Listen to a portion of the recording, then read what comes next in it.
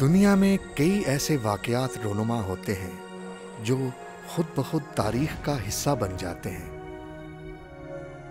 جن سے ماضی، حال اور مستقبل کا درس ملتا ہے۔ ایسے ہی واقعات میں ایک تقسیم ہند میں مسلمانوں کی ہجرت ہے۔ صدیوں تک ساتھ رہنے اور ایک دوسرے کی خوشی غم میں شرکت کرنے والے پلک جھپکتے ہی جان کے دشمن بن گئے۔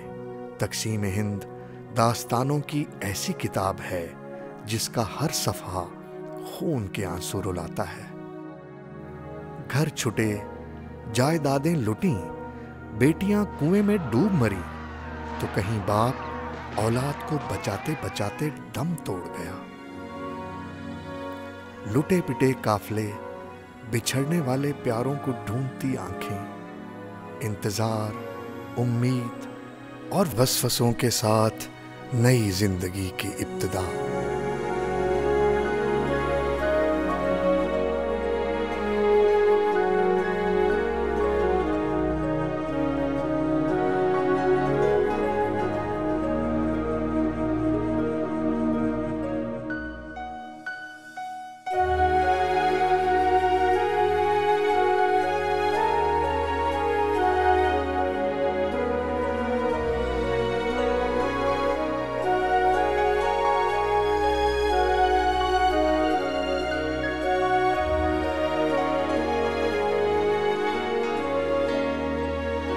میرا نام عبداللہ حسین ہارون ہے اور میرا ہارون خاندان سے تعلق ہے۔ پیدائشی میں یہاں ہمارے پرانے ہی گھر میں میری پیدائش ہوئی اور پوری زندگی یہیں رہے ہیں اور ہمارے آباء و اجداد بھی یہیں رہے ہیں۔ پاکستان مسلم لیگ اور پاکستان کی بنیادیں کہاں سے شروع ہوئیں؟ سب سے اہم بات تو یہ طے کر پانا ہے کہ یہ سلسلہ کہاں سے شروع ہوا۔ دیکھیے، فوری آ کر مسلمانان ہند کو ایک دن میں تو سب چیز لپیٹی نہیں گئی۔ میرا خیال ہے بہت سے لوگ بھول جاتے ہیں کہ سب سے اہم مسلمانوں کے لیے قدم جو اٹھائی گئی تھی وہ جوہر برادران نے، مولانا شوکت علی اور مولانا محمد علی نے شروعات اس کی رکھی، اور جو انہوں نے خلافت موومنٹ قائم کی جس کے عبداللہ ہارون خزانچی تھے۔ خلافت موومنٹ نے مسلمانوں میں ایک بیداری پیدا کی اور پورے ہندوستان میں لوگ مسلمانوں کی ایک اہم عہدے کے خاتمے پر بہت زیادہ ناراضگی کا اظہار کیا انہوں نے، بلکہ یہاں تک مہاتما گاندھی جو سمجھتے تھے کہ یہاں مسلمانان ہند ایک ساتھ ہو کر کوئی جہاد یا کوئی ایسی چیز میں نہ شامل ہو جائیں، تو انہوں نے فوری طور پر خلافت موومنٹ میں شرکت کی، اپنا نام اندراج کیا اور کہا کہ ہم ساتھ ہیں اس مسئلے میں۔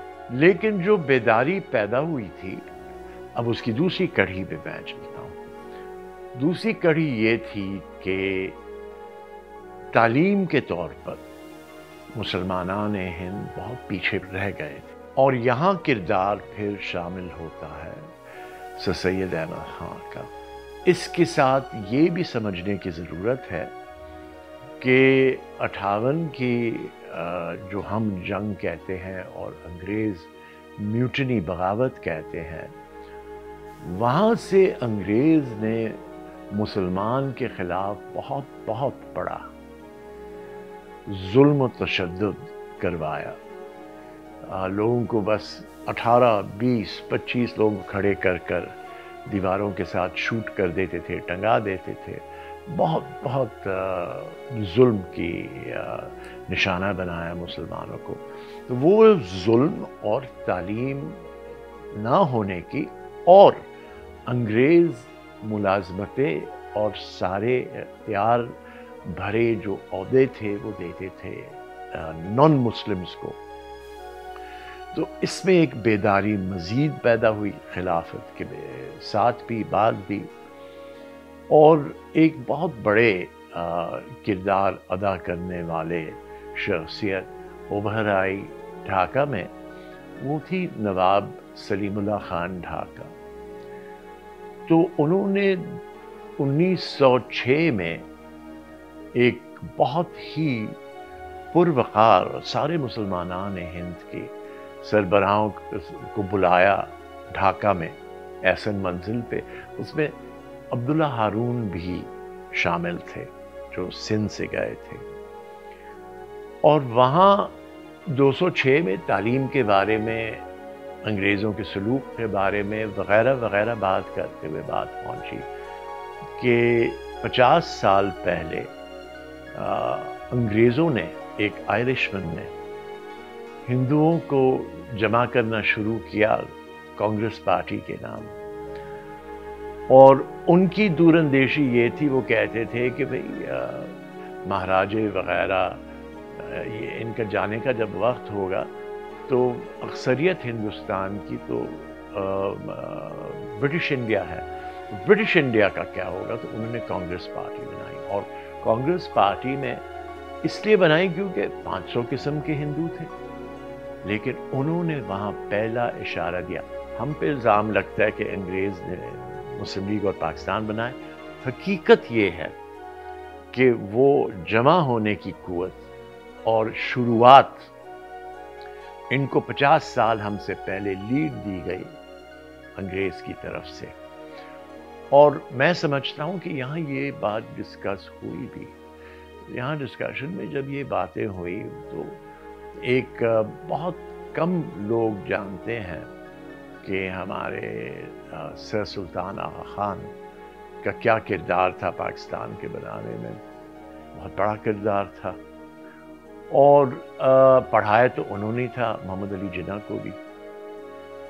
اور اس میں وہاں تجویز آئی کہ ایک مسلم پولیٹیکل پارٹی کی شروعات ہو. تو وہاں 1906 کے مختلف خیالات اظہار ہونے کے بعد طے کیا گیا کہ 1907 میں ایک کانفرنس مزید بلائی جائے، اور اس میں پھر مسلم لیگ کا اعلانیہ قیام ہونے کا دیا گیا، اور پھر وہ معاملات چل پڑے. اور بہت سے لوگ ان کی صدارت حاصل کی. انہوں نے ایک پشاور کے عبدالعزیز شاید نام تھا، وہ بھی 1929 یا کچھ ایسے وقت پہ پریزیڈنٹ تھے مسلم لیگ کے، اور یہ پارٹی آہستہ آہستہ. لیکن عبداللہ ہارون نے ایک بیان جاری کیا کہ جناح صاحب کو، جو تنگ آ کر سیاست چھوڑ کے انگلستان چلے گئے تھے، ان کو واپس بلایا جائے. اور یہ تحریک میں کافی لوگ اور بھی شامل ہوئے، لیکن عبداللہ ہارون نے ان سے خصوصی بات کی اور کہا کہ بھائی اب آپ کا وقت ہے آنے کا. اور اس میں میں آپ سے یہ عرض کروں، عبداللہ ہارون اور سر سلطان آغا خان کا کیا تعلق تھا؟ بہت قریبی ذہنی طور پر وہ ایک دوسرے کے تھے. اور سر سلطان کے بارے میں یہ کہنا چاہتا ہوں کہ جب ان کے دوست سر ڈنشو پٹیٹ نے کہا کہ جناح سے کہ میری بیٹی سے شادی نہ کریں کیونکہ وہ آپ کے جماعت کے ہیں، تو سر سلطان نے ان کو بلا کے کہا، انہوں نے کہا آپ میرے مرشد ہیں لیکن میں آپ کی یہ بات سے انکار ہوں. تو ان کو حسب معمول ان کو اپنی جماعت سے الگ کر دینا پڑا. لیکن اسی رات کو عبداللہ ہارون کو بلایا انہوں نے اور کہا بھائی ان کے بغیر ہم حاصل نہیں کر سکیں گے جو ہم پاکستان لینے جا رہے ہیں، تو آپ ان کے اور ہمارے درمیان رابطہ رہیں اور جو بھی مجھے میسج بھیجنا ہے انہوں نے، تو پاکستان کا کام نقصان نہ اٹھائیں۔ اور یہ کئی بار مثال پیدا ہوئی کہ انہوں نے جناح صاحب نے بھی بلا کے کہا عبداللہ ہارون کے لیے سر سلطان کو کہیں کہ راؤنڈ ٹیبل کانفرنس ہو رہی ہے تو اس میں ان کو صدارت لینی چاہیے، وہ پریزیڈنٹ لیگ آف نیشنز ہیں اور یہ اور وہ۔ تو سر سلطان نے کہا میرے دادا کو وہ سیٹھ صاحب کہتے ہیں، سیٹھ صاحب یہ نہیں ہوگا۔ لیکن جب میٹنگ میں گئے تو وہاں کرسی انہیں ملی، تو اور ہی ایکسیپٹڈ اور he became the first chairman of the Round Table Conference۔ تو اس پہ جناح صاحب نے کہا وہ میرے دادا کو حاجی صاحب کہتے ہیں، حاجی صاحب آپ نے کہا وہ تو انکار کر رہے ہیں۔ تو انہوں نے کہا بھائی میں نے ان سے تو کہا، انہوں نے جواب دیا، میں نے آپ کو دیا۔ تو جب جناح صاحب نے پوچھا کہ حاجی صاحب آپ یہ بتائیے کہ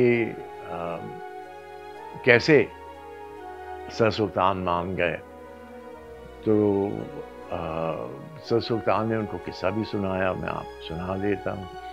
انہوں نے کہا کہ میٹنگ شروع ہی نہیں ہوئی تھی، وائس رائے چلے گئے کمرے سے، تو گاندھی صاحب نے کہا، میں نے کہا گاندھی صاحب آپ کو چیئرمین ہونا چاہیے راؤنڈ ٹیبل کانفرنس کا۔ گاندھی صاحب اپنی ایکسیپٹنس اسپیچ پہ شروع ہوئے، لیکن اس میں اس نے یہ کہہ دیا کہ مجھ سے تو بہتر آپ ہیں، وہ حقیقت بھی تھی۔ تو سر سلطان کھڑے ہوئے، چیئرمین کی کرسی پہ بیٹھ گئے اور کہا he's Shri Gandhi who represents most of India showed confidence in me, I humbly accept, thank you۔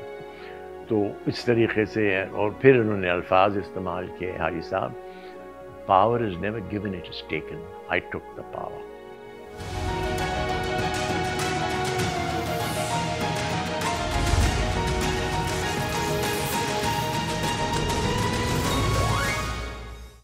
ہندو اس بات سے گھبراتے ہوئے، جانتے ہوئے کہ ایک جو بہت بڑا ایک گروہ تھا ہاؤس آف کامنز میں، وہ سر ونسٹن چرچل کا تھا، اور چرچل صاحب جناح صاحب کے قریبی دوست اور سوچ میں اور اس میں اور اس میں فکر میں ساتھ تھے۔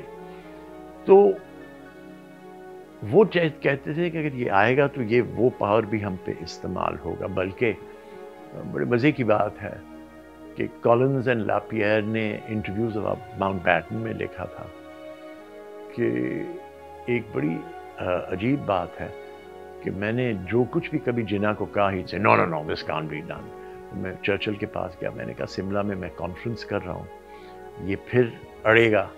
تو بولا نہیں، جب میں بات کروں گا اباؤٹ پارٹیشن، تو اس نے کہا نہیں آپ ان کو جا کے کہیں اور میں بات کر لوں گا، کہ چرچل نے کہا گو اہیڈ۔ تو جب وہ واقعہ پیش آیا تو ماؤنٹ بیٹن کہتے ہیں بڑی مشکل سے اس کی ہاں منہ سے نہیں کہا، اس نے صرف ایسے سر کو ہلایا، that meant he will go with it۔ تو میں اس لیے آپ سے عرض کر رہا ہوں کہ he was wrong، وہ نہیں چاہتے تھے۔ تو انہوں نے تیج بہادر ساپرو کو بمبے سے اور فلاں جگہ سے فلاں کو سب کو شروع کر دیا کہ وہ جناح کے خلاف بیانات دینے شروع کر کے وہ نہ آئے۔ اور پھر میرے دادا نے ساری انڈیا میں ایک تحریک چلائی، جناح must come back and lead the Muslims of India۔ Because میری دادی کہتی ہے کہ میرے دادا سے ایک دو بار پوچھا کہ آپ کیوں اتنے جناح کے سپورٹر ہیں، آپ اتنے رئیس ہیں، آپ کا نام ہے، شہرت ہے، یہ ہے وہ۔ He said he is the only man through his understanding of law and international law who can achieve our objective۔ آپ سمجھ رہے ہیں؟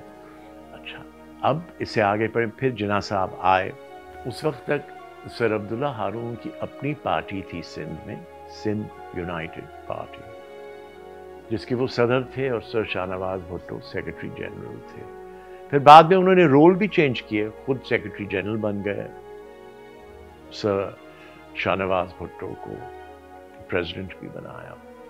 لیکن اس وقت سے پھر مسلم لیگ کے سندھ میں اور اخراجات میں تو عبداللہ ہارون پورے ہندوستان میں، جیسے جنرل صاحب نے ان کو کنٹرولر بنایا علی گڑھ یونیورسٹی کے طلباء کا، اس وقت کا تھا مسلم اسٹوڈنٹس فیڈریشن جو تھا، اور وہ جا کے علی گڑھ رہتے تھے مہینے 2 مہینے ہر سال، اور سارے student activities through out India کے وہاں سے وہ کوآرڈینیٹ کرتے تھے. اور اخراجات نے مجھے ایک بار افغانستان کے بادشاہت کے ایک خاتون آئی ہوئی تھی یہاں میری دادی سے ملنے، انہوں نے بتایا تھا کہ جب بادشاہ امان اللہ خان کو مسئلے پیدا ہوئے تھے اس وقت میں عبداللہ ہارون نے بھی ان کو بڑی خاصی ڈونیشن دے کر ان کی مدد کی، جو سلسلہ جاری تھا. اور کیونکہ یہ بات ہو رہی، میں ایک بات آپ سے بتاؤں کہ یہاں تک بات چلائی تھی انہوں نے، پھر انتقال ہو گیا بہت جلد، کہ the next head of Pakistan should be of Pakistan and Afghanistan, and that should be the king of Afghanistan as the state's head. تو لوگوں نے کہا یہ آپ کیا کہہ رہے ہیں؟ کہا نہیں، آپ سمجھتے نہیں ہیں، یہی ہمارے گلے میں آ کے اٹکے گا مسئلہ، بہت بات کی بات ہے، لیکن اب سے میں بتا رہا ہوں، اگر ہو جاتا تو شاید کوئی اور چیز ہوتی یا تبدیلی آتی. یہ سوچنے والے لوگ تھے، یہ لوگ تھے جو وطن بنانا جانتے تھے. میں نیو یارک میں تھا تو مجھے ایک دعوت آئی بہت بڑی شخصیت کی، ڈیوڈ راکفیلر کی، کہ آپ آ کے ہمیں کھانا کھائیں ہمارے ساتھ. 92 کی بات تھی، تقریباً 1900. میں گیا تو میں نے کہا میں تو آپ کو نہیں جانتا ہوں، لیکن آپ کی بڑی مہربانی، آپ نے بلائی ہے. اس نے کہا آپ کے دادا صاحب جو تھے وہ ہمارے والد صاحب جو اس وقت دنیا کے رئیس ترین آدمی تھے، اس کے ساتھ پیسے انویسٹ کرتے تھے. تو 1930 یا 32 پہ آئے کہا میں سارے پیسے لے جا رہا ہوں واپس. انہوں نے کہا سر عبداللہ اتنی رقم کہاں لے جا رہے ہو؟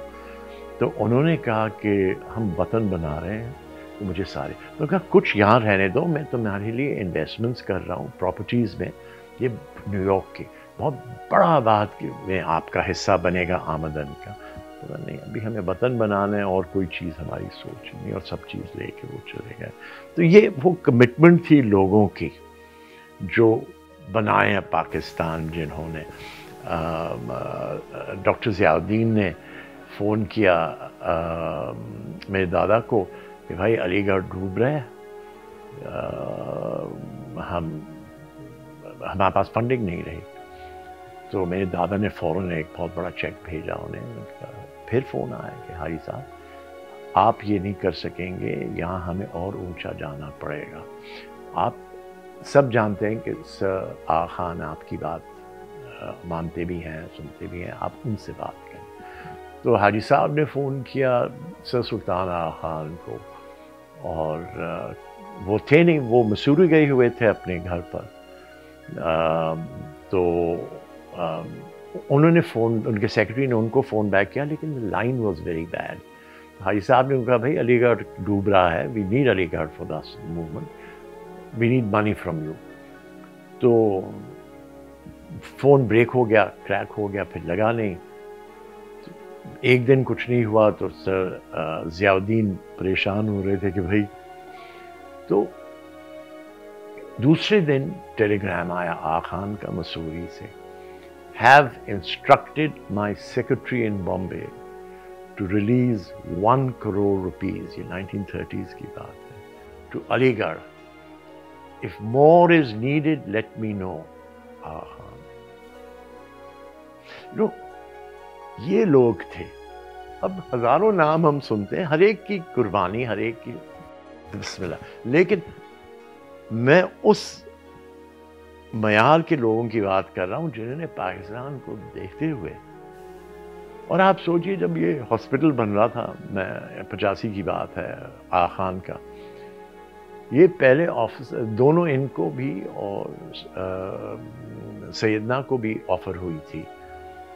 سیدنا نے بمبئی میں بنایا، آغا خان نے یہاں بنایا. عبداللہ ہارون کی گروپ آف ہاکس تھے جو پاکستان چاہتے تھے. جناح صاحب 38 میں جب یہاں پہلے انہوں نے پیر علی محمد راشدی سے ریزولوشن موو کیا، سندھ پروونشل اسمبلی کی خالق دینہ ہال پہ جو میٹنگ تھی، وہاں وہ پاس ہو گیا ٹو نیشن تھیوری کا ریزولوشن. پھر عبداللہ ہارون نے پریزنٹ کیا تھا separate nationhood for Muslims of India.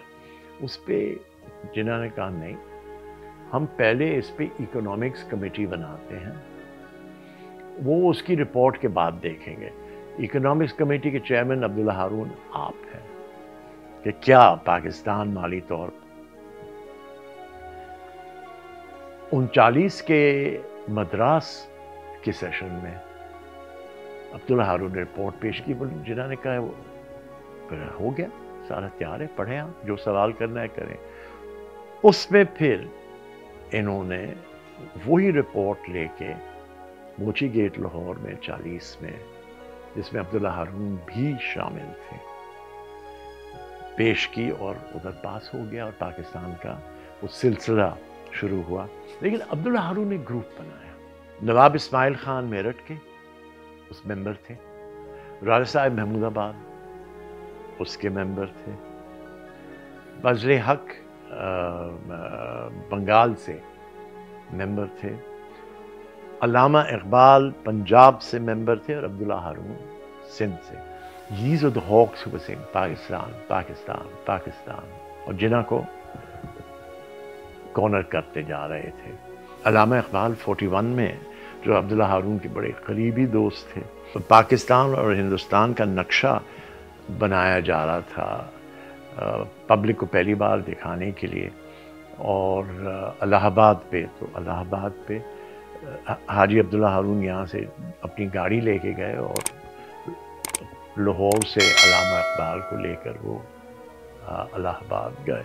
42 میں عبداللہ ہارون کا انتقال ہو گیا. تو ڈاکٹر ضیاء الدین رو پڑے. ان کی بیٹی مجھے ایک بار پوری قصہ سنا رہی تھی اور بیٹھ گئے کرسی پہ. تو انہوں نے کہا ڈاکٹر صاحب کیا ہو گیا ہے سر ضیاء الدین؟ تو انہوں نے کہا آج مسلم لیگ کی کمر ٹوٹ گئی. وہ جب انتقال کی خبر آئی، جنہوں نے کہا تھا I have lost not only a trusted friend but the Muslims of India have lost a very important leader. Gandhi نے جو لکھا عبداللہ Haroon passed away but I trusted him. I would have trusted him with a blank check. یہ تو حاجی صاحب کے مداخلتیں وغیرہ وغیرہ جو ہو رہی تھیں. اب پاکستان بننے کو آیا. اس میں پھر 42 کے بعد لیڈی ہارون نے اور یوسف ہارون نے زیادہ حاجی صاحب کے وہ کہتے ہیں کمبل اوڑا ہوا تھا. تو ایک اہم بات آپ کو بتاؤں، ایک تو یہ کہ جناح صرف یہاں رہتے تھے اور کدھر نہیں رہا. دوسری چیز یہ مسلم لیگ کی ورکنگ کمیٹی کی میٹنگ سارے یہاں ہوتے تھے. تیسری بات یہ ہے کہ ایک دن یہ اب 46 کی بات کر رہا ہوں. 46 کی دو باتیں ہیں. ایک تو یہ کہ یہاں ہمارے کھانے کے میز پر دسترخوان پر لیاقت نے پاکستان کا جھنڈا بنایا، تو اسی قلم کو لے کے جناح نے ان سے تبدیلی کی اور بولا یہ نہیں یہ. تو پاکستان کے جھنڈا ہمارے گھر کے کھانے کے میز پہ بنا. راجہ صاحب محمود آباد اور مولانا جمال میاں فرنگی محل نے مجھے بتایا، مولانا صاحب خصوصی طور پر ان کا ذکر تھا کہ ہم گئے جناح صاحب کے بعد، تو خالق دینہ ہال کی میٹنگ کے بعد ہم گئے کہ قائد ہمارے لیے کیا آپ کا حکم ہے. وہ بڑی اچھی بات کی اور یہ سمجھنے کی ضرورت ہے. اس نے کہا مولانا صاحب جو مسلمان رہ گئے ہیں ہندوستان میں ہمیں ان کی بھی پرورش سوچنی ہے، لہٰذا آپ دونوں فوراً واپس جائیں اور اس جد و جہد کو جاری رکھیں وہاں سے. یہاں تو بہت اور آ جائیں گے. کچھ لوگ اس بات کو غلط سمجھتے ہیں، غلط نہیں تھی. آج آپ دیکھیں مسلمانوں کا کیا حشر ہے. بلکہ سید احمد خان، مولانا محمد علی، وہ لوگ تھے جنہوں نے ٹو نیشن تھیوری ظاہر کی تھی اور عبداللہ ہارون نے ان سے ہی یہ چیز آگے بڑھانے کے لیے اپنے ہاتھوں میں بھی لیا.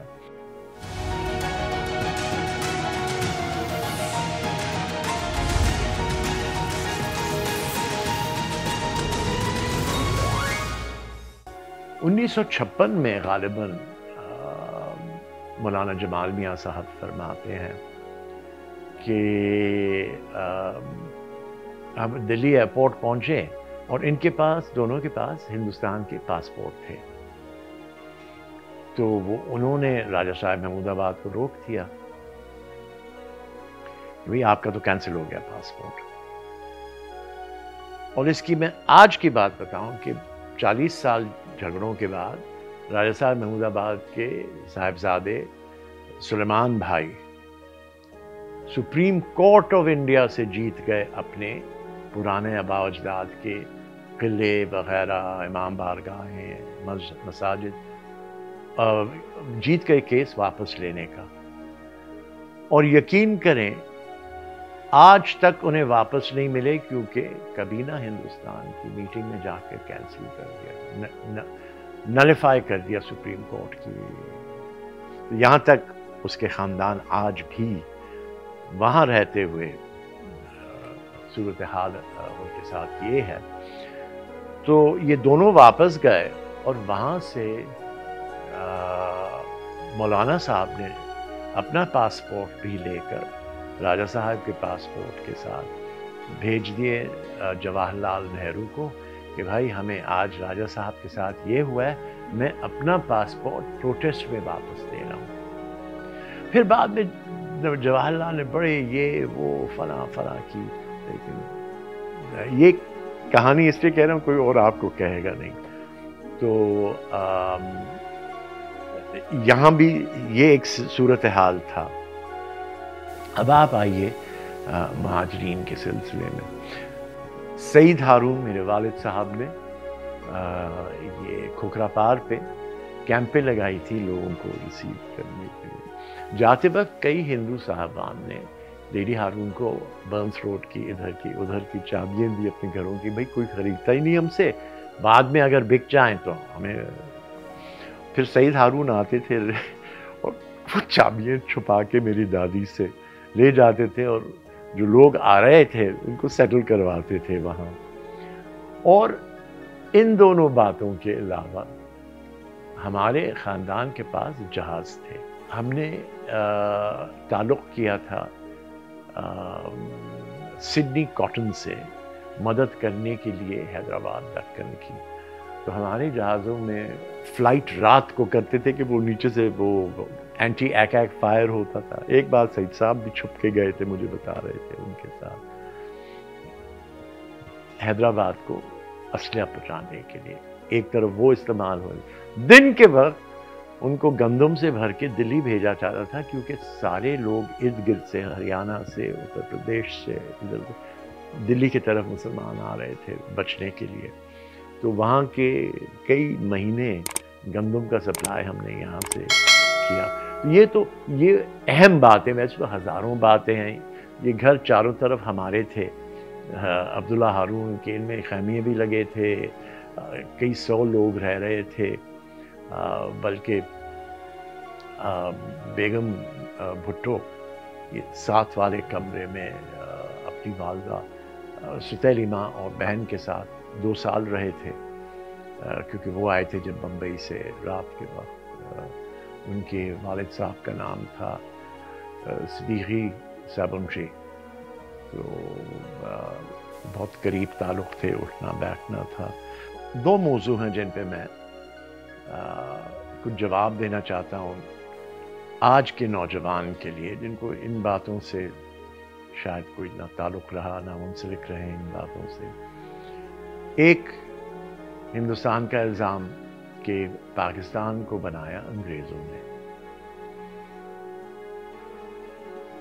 اس کا جواب صرف محض یہ ہے، ہو سکتا ہے وہ پوری دنیا کی بادشاہت تھی ان کے پاس، لیکن کانگریس پارٹی بنایا آئرش انگلش مین نے، جس کے بغیر وہ 500 مذہب ایک ساتھ ہو نہیں سکتے۔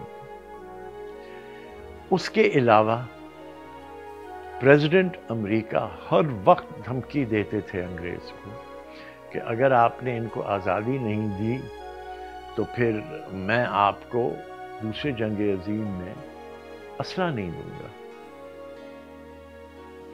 اور یہاں تک اس معاملے کو انہوں نے بڑھایا کہ انگریز جو آزادی دینا ہی نہیں چاہتا تھا، اس لیے جب آزادی دی تو انہوں نے کہا ٹھیک ہے بٹوارا ہونے دیں، لیکن اس میں ایک شخص کو لے آیا جو ایک ایکٹر تھا، اس کا نام تھا سر سرل ریڈکلف۔ اس سے پنجاب کو اس طریقے سے ڈیوائیڈ کیا، جب اس نے ڈیوائیڈ کیا غلط طور پہ تو پیپرز ماؤنٹ بیٹن نے چھپا کے 3 دن بعد پاکستان بننے کے نئے طور پہ دیے، لیکن اس وقت تک 10-15 لاکھ مسلمان اور سکھ اور ہندو مارے گئے فسادات میں۔ یہ بات بھی کہنا لازمی ہے۔ اور کانگریس نے ڈائریکٹلی انٹرفیئر کیا انڈیا کی آزادی میں، اور وہ ہمارے ساتھ تھے ہی نہیں۔ یہ تو پھر لیاقت نے جا کے انہیں منایا، بڑا کردار ادا کیا۔ ایک پورا مہینہ رہے امریکہ میں، گاؤں گاؤں جاتے ہوئے تقریریں کرتے ہوئے کہ ہم آپ کے دشمن نہیں ہیں، ہم آپ کے دوست ہیں۔ اور اسی غلط فہمی میں پھر ہم نے ان کو بیس دیا، پشاور کا بڑا بیر کا بیس جو کہتے ہیں ہوائی جہازوں کا، جہاں سے وہ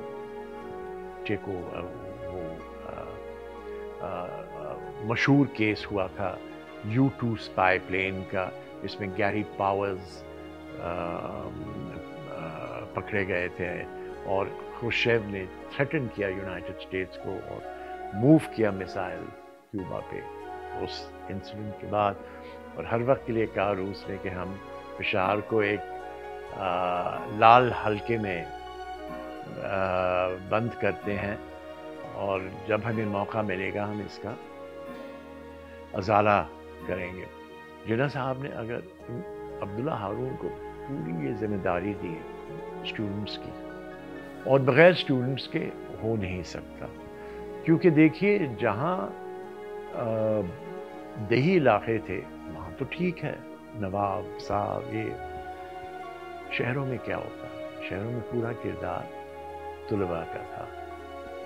اور میں نے جیسے عرض کیا، سب سے پہلے تو مائنڈ میک اپ جسے کہتے ہیں، وہ تو خلافت موومنٹ نے کروایا، جو آج لوگ بھول گئے ہیں۔ اور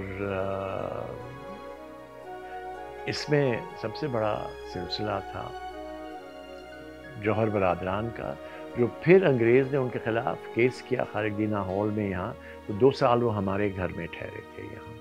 ان کی والدہ، بی اماں، زورا ان کی بہن وغیرہ، وہ سارے تصویریں ہیں۔ ان کے بہت بڑے لوگ تھے۔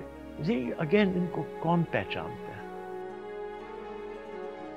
Lord Curzon secretary of foreign affairs تھے انگلستان کے، انہوں نے بیان دیا عثمانیہ کو ختم کرتے ہوئے، we should not allow ever again one person to guide the destiny of Muslims or lead the destiny of Muslims۔ تو جب علماء الازہر نے فیصلہ کیا کہ بھائی خلیفہ کو ہٹا دیا، خلیفہ منتخب کریں نیا، تو انہوں نے بادشاہ مصر کو کہا، جو بادشاہ تھا، اس کو کہا ان کو میٹنگ ہی نہیں کرنے دیں۔ اور پھر انہوں نے سعودی نئی حکومت جو بنی تھی اس کے تحت میٹنگ منگوا دی سعودی عرب میں۔ اور میرا خیال ہے کہ سعودی بادشاہ اپنے آپ کو ظاہر کرنا چاہ رہا تھا آئندہ خلیفہ کے لیے، لیکن مولانا صاحبان نے کہا یہ تو بالکل انگریزوں کے گود میں کھیلے گا۔ روکنے والی تقریر مولانا محمد علی کی تھی، جو کھڑے ہو کر کہا کہ وہ شرائط کیا حاصل ہوئے ہیں خلیفہ یہاں بادشاہ کو منتخب کرنے کے لیے؟ اس نے کہا نہیں، اور انہوں نے بات یہ پیش کی کہ اس وقت تک ترکی سے انہوں نے دوسرا حرم مکہ تو فتح کر لیا تھا، انہوں نے مدینے کا نہیں ملا تھا۔ انہوں نے کہا کہ خلیفہ وہ ہو سکتا ہے جو دونوں حرم کہ خادمین حرمین شریفین ہوں، تو ان کے پاس ایک ہی ہے، یہ ہو نہیں سکتے۔ اس پہ انہوں نے بڑی تیزی لگائی کہ ترک سے پھر سیٹلمنٹ کریں کہ وہ بھاگیں، اور پھر آخر میں سیٹلمنٹ ہوئی جو اب 23 میں یا 23 میں ختم۔ آپ کو پتہ ہے اس سلسلے کا کہ جس سے ان کو مدینہ واپس دینا ہے وہ تو پتہ نہیں کیا ہوگا، لیکن اس وقت اس بات پہ مولانا کھڑے ہو کر پھر اور جو سعودی بادشاہ نے بنایا تھا اتحاد مسلمین کے نام یا کچھ پتہ نہیں کیا، تو وہ رہ گئے وہیں کہ نہیں، لیکن وہ ہو نہیں سکا جو وہ چاہ رہے تھے۔ تو طلباء کا کردار ہندوستان میں بہت وسیع تھا، خاص طور پر شہری علاقوں میں، اور آف کورس دیہی علاقوں میں جہاں جہاں وہ جن جگہوں سے آتے تھے، اور ان کے بغیر ہو نہیں سکتا تھا۔ جیسے میں نے کہا اسی لیے عبداللہ ہارون کو علی گڑھ بھیجا جاتا تھا، اور عثمانیہ بھی نظام صاحب کے علاقے میں، لیکن علی گڑھ کا ایک بہت وسیع کردار تھا۔ بہت سے وہاں سے جو صدر بنے، وہ عبادت یار خان صاحب تھے، یہاں وکیل بنے، پھر جج بنے ہائی کورٹ کے، وہ پریزیڈنٹ تھے علی گڑھ یونیورسٹی کے۔